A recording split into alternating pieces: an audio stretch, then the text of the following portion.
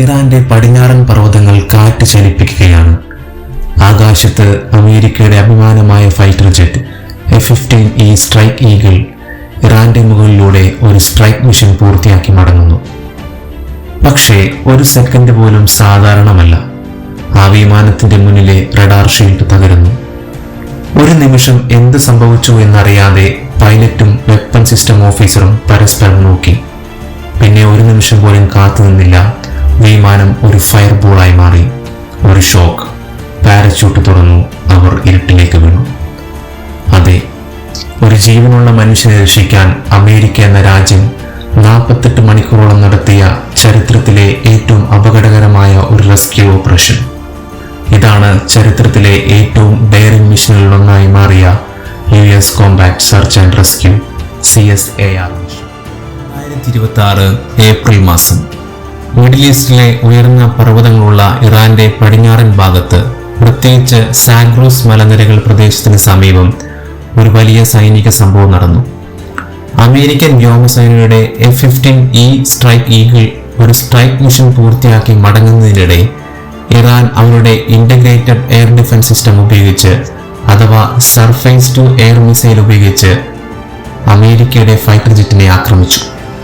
ചില റിപ്പോർട്ടുകൾ പ്രകാരം ഇത് SA-50 തോർ അല്ലെങ്കിൽ റഷ്യയുടെ S-300 സിസ്റ്റം ഉപയോഗിച്ചാണ് ആക്രമിച്ചതെന്ന് കരുതപ്പെടുന്നു. മിസൈൽ എയർക്രാഫ്റ്റിനെ തൊട്ടതോടുകൂടി പൈലറ്റും വെപ്പൺ സിസ്റ്റം ഓഫീസറും അടിയന്തരമായി ഇഞ്ചക്ട് ചെയ്യുവാൻ തയ്യാറായി. രാത്രി സമയമായതിനാൽ ഇരുട്ടിലേക്ക് 2 പാരച്യൂട്ടുകൾ വീണിറങ്ങി. പക്ഷേ അവർ ഇറങ്ങിയ സ്ഥലം വളരെ അപകടകരമായ എനിമി കൺട്രോൾഡ് മൗണ്ടെയിൻസ് ടെറൈൻ ആയിരുന്നു. ഭൂമിയിൽ ലാൻഡ് ചെയ്ത ഉടനെ ക്രൂ 2 പേരും 2 സ്ഥലത്തോട്ട് വേർപിരിഞ്ഞു പോയി. പൈലറ്റ് റിലേറ്റീവ്ലി ഓപ്പൺ ഏരിയയിൽ ലാൻഡ് ചെയ്തതിനാൽ അമേരിക്കൻ സൈന്യം വേഗത്തിൽ പൈലറ്റിനെ കണ്ടെത്തി റെസ്ക്യൂ ചെയ്തു. പക്ഷേ വെപ്പൺ സിസ്റ്റം ഓഫീസർ ഒരു കുന്നിനിടുക്കിൽ വീണു. ലാൻഡിംഗ് സമയത്ത് അദ്ദേഹത്തിന് പരിക്കേറ്റു. അദ്ദേഹത്തിന്റെ സർവൈവൽ കിറ്റിലുണ്ടായിരുന്ന PRC-112 emergency radio, GPS beacon, ചെറിയ സൈഡ് ആം അഥവാ M9 പിസ്റ്റൾ എന്നിവ മാത്രമാണ് അവന്റെ ജീവൻ രക്ഷിക്കാൻ അവന്റെ കയ്യിലുണ്ടായിരുന്നത്. അവൻ റേഡിയോ സൈലൻസ് പാലിച്ചുകൊണ്ട് ഷോർട്ട് ബെസ്റ്റ് ട്രാൻസ്മിഷൻ ഉപയോഗിച്ച് മാത്രം സിഗ്നൽ അയച്ചു. പൈലറ്റ് WSO റേഡിയോ എടുത്തു. പ്രീ എഗ്രിഡ് കോഡ് പറഞ്ഞു, ബ്ലൂ ഫാൽക്കൺ ആൽഫ. അതുവരെ ഒരു ശബ്ദം കേട്ടില്ല. ഓരോ സെക്കൻഡും ജീവൻ നിലനിർത്താനുള്ള പോരാട്ടമായിരുന്നു അത്. എന്നാൽ ആ ശബ്ദം, ആ beacon signal American satellites detect ചെയ്തു. അങ്ങനെ ഈ വിവരം കമാൻഡ് സെന്ററിലേക്ക് എത്തിയതോടുകൂടി അമേരിക്ക ഉടനെ ബോയിങ് E-3 സെനറ്ററി അഥവാ അമേരിക്കയുടെ ഏറ്റവും പ്രശസ്തമായ നിരീക്ഷണ വിമാനം അവാക്സ് എയർക്രാഫ്റ്റ് ആ പ്രദേശത്തേക്ക് അയച്ചു. എയർക്രാഫ്റ്റ് ഹൈ ആൾട്ടിറ്റ്യൂഡിൽ ഓർബിറ്റ് ചെയ്ത് ബാറ്റിൽഫീൽഡ് മുഴുവനും നിരീക്ഷിച്ചു. അതിനോടൊപ്പം തന്നെ RC-135 റിവൈഡ് ജോയിൻ പോലുള്ള ഇലക്ട്രോണിക് സർവൈലൻസ് എയർക്രാഫ്റ്റുകളും സിഗ്നൽസ് ഇന്റർസെപ്റ്റ് ചെയ്യാൻ ഉപയോഗിച്ചു. ഇതിലൂടെ ഇറാനിയൻ സൈന്യത്തിന്റെ കമ്മ്യൂണിക്കേഷൻ പാറ്റേൺസ് മനസ്സിലാക്കി അവരുടെ സെർച്ച് മൂവ്മെന്റ് ട്രാക്ക് ചെയ്തു. ഈ സമയം Iranian ground forces crash site ചുറ്റി സെർച്ച് ഓപ്പറേഷൻ ആരംഭിച്ചു. അവർ AK-47 rifles, PKM machine guns, thermal imaging devices, drones എന്നിവ ഉപയോഗിച്ച് സെർച്ച് നടത്തി. ചില യൂണിറ്റുകൾ ട്രെയിൻഡ് ഡോഗ്സ് ഉപയോഗിച്ചതായി റിപ്പോർട്ടുകൾ പറയുന്നു. ഇതോടെ വെപ്പൺ സിസ്റ്റം ഓഫീസർ തന്റെ സ്ഥാനം മാറ്റിക്കൊണ്ടിരിക്കേണ്ട അവസ്ഥ വന്നു. 48 മണിക്കൂർ വരെ അവൻ ഓൾമോസ്റ്റ് ഫുഡില്ലാതെ വെള്ളം വളരെ കുറച്ച് മാത്രം ഉപയോഗിച്ച് ജീവിച്ചു. മലം പ്രദേശമായതിനാൽ രാത്രി വളരെ തണുപ്പ്, പകൽ ചൂട്, ഈ എക്സ്ട്രീം കണ്ടീഷൻസ് കൂടി അവന്റെ ആരോഗ്യത്തെ വളരെയധികം ബാധിച്ചു. അമേരിക്കൻ സൈന്യം ഒരു large scale compact search and rescue mission plan ചെയ്തു. ഇതൊരു സാധാരണ റെസ്ക്യൂ അല്ല, മൾട്ടിപ്പിൾ ലേയേഴ്സ് ഉള്ള കോർഡിനേറ്റഡ് ഓപ്പറേഷൻ ആയിരുന്നു വേണ്ടിയിരുന്നത്.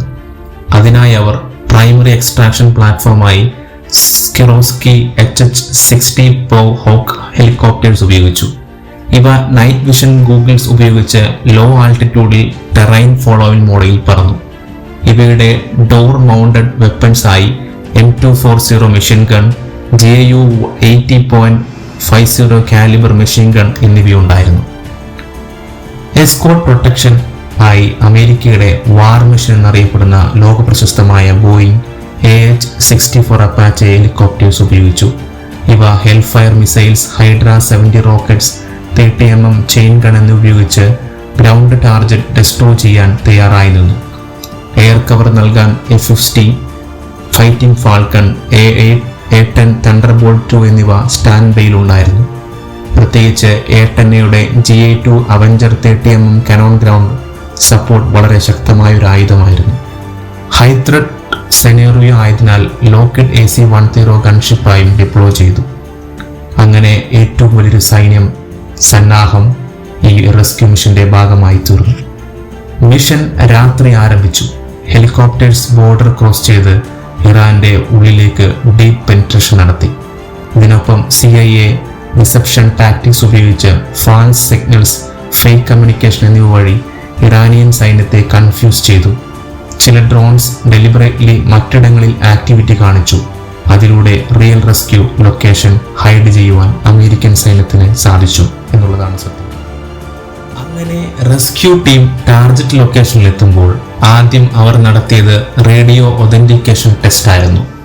ശരിയായ കോഡ് കിട്ടിയതിന് ശേഷം പാരാ റെസ്ക്യൂ ടീം ഹെലികോപ്റ്ററിൽ നിന്ന് ഫാസ്റ്റ് ഡ്രോപ്പ് വഴി ഇറങ്ങി. അവർ വെപ്പൺ സിസ്റ്റം ഓഫീസറിനെ കണ്ടെത്തി. അവൻ വളരെ ദുർബലമായിരുന്നു. ഡീഹൈഡ്രേഷൻ, ബ്ലീഡിംഗ്, ഇഞ്ചുറീസ് എന്നിവ അവനുണ്ടായിരുന്നു. ഉടൻ തന്നെ അവർ അവന് IV ഫ്ലൂയിഡ്സ് നൽകി ബ്ലീഡിംഗ് കൺട്രോൾ ചെയ്തു ഇവാക്യുവേഷൻ തയ്യാറാക്കി. അതേസമയം nearby Iranian petrol unit rescue ടീമിനെ ഡിറ്റക്ട് ചെയ്തു. ചെറിയ ഫയർ ഫൈറ്റ് ഉണ്ടായി. പാരാ റെസ്ക്യൂ ടീം അവരുടെ M4 കാർബൈൻസ് ഉപയോഗിച്ച് തിരിച്ചടിച്ചു. അപ്പാച്ചെ ഹെലികോപ്റ്റേഴ്സ് ഉടൻ തന്നെ സപ്പോർട്ട് ഫയർ നൽകി. ഹെൽഫയർ മിസൈൽ ഉപയോഗിച്ച് എനിമി വെഹിക്കിൾ ഡെസ്ട്രോയ് ചെയ്തതായി റിപ്പോർട്ടുകൾ പറയുന്നു. A-10 എയർക്രാഫ്റ്റ് ലോ പാസ് ചെയ്ത് ഗൺ റൺ നടത്തുകയും എനിമിനെ തുരത്തുകയും ചെയ്തു. ഈ ക്രിട്ടിക്കൽ സമയത്ത് വെപ്പൺ ഓഫീസറിനെ സ്ട്രക്ചറിൽ കയറ്റി ഹെലികോപ്റ്ററിലോട്ട് മാറ്റി. ഹെലികോപ്റ്റർ ഉടൻ ടേക്ക് ഓഫ് ചെയ്തു. എനിമി സ്മോൾ ആംസ് ഫയർ ഉണ്ടായിരുന്നെങ്കിലും അവർ ലോ ആൾട്ടിറ്റ്യൂഡിൽ ഫാസ്റ്റ് എക്സിറ്റ് നടത്തി. ചില റിപ്പോർട്ട്സ് പ്രകാരം റെസ്ക്യൂ ഓപ്പറേഷൻ സമയത്ത് ചില എക്യുപ്മെന്റ്സ് അഥവാ അമേരിക്കയുടെ ചില ഫ്ലൈറ്റുകൾ ഡെസ്ട്രോയ് ചെയ്യേണ്ടതായിട്ട് വന്നു. എനിമിക്ക് സെൻസിറ്റീവ് ടെക്നോളജി ലഭിക്കാതിരിക്കാൻ പിന്നീട് അവ അമേരിക്കൻ സൈന്യം ഡെസ്ട്രോയ് ചെയ്തു എന്ന് പറയപ്പെടുന്നു. ഈ മിഷൻ 2 ഘട്ടങ്ങളായി നടന്നു എന്ന് നമുക്ക് മനസ്സിലാക്കാം. ആദ്യം പൈലറ്റിനെ രക്ഷപ്പെടുത്തി. തുടർന്ന് കൂടുതൽ അപകടകരമായ 2ാം മിഷനിൽ വെപ്പൺ സിസ്റ്റം ഓഫീസറിനെ രക്ഷപ്പെടുത്തി. മുഴുവൻ ഓപ്പറേഷനിലും 100+ aircraft, special forces unit, intelligence system എന്നിവ ഒരുമിച്ച് പ്രവർത്തിച്ച് ഈ മിഷൻ വളരെയധികം സക്സസ്ഫുള്ളായി മാറി എന്നുള്ളതാണ് സത്യം. ഇത് മോഡേൺ വാർഫെയറിൽ ഏറ്റവും കോംപ്ലക്സ് റെസ്ക്യൂ മിഷനിലൊന്നായി കണക്കാക്കപ്പെടുന്നു. എനിമി ടെറിട്ടറിയിൽ പോയി അഥവാ ഇറാന്റെ ബോർഡർ ക്രോസ് കടന്ന് ഇറാന്റെ ഹൃദയഭാഗത്ത് ഒരു ഹെവി എയർ ഡിഫൻസ് സിസ്റ്റം ഉള്ള സ്ഥലത്ത് നിന്ന് ഒരു മനുഷ്യനെ ജീവനോടെ തിരികെ കൊണ്ടുവരുന്നത് വളരെ അപൂർവമായ കാര്യമാണ്. അവസാനം ഈ മിഷൻ വീണ്ടും ഒരിക്കൽ കൂടി പറയുകയാണ്, ഒരു സൈനികനെ പോലും ഒരിക്കലും ഞങ്ങൾ കൈവിടില്ല. No man left behind. Thanks for watching.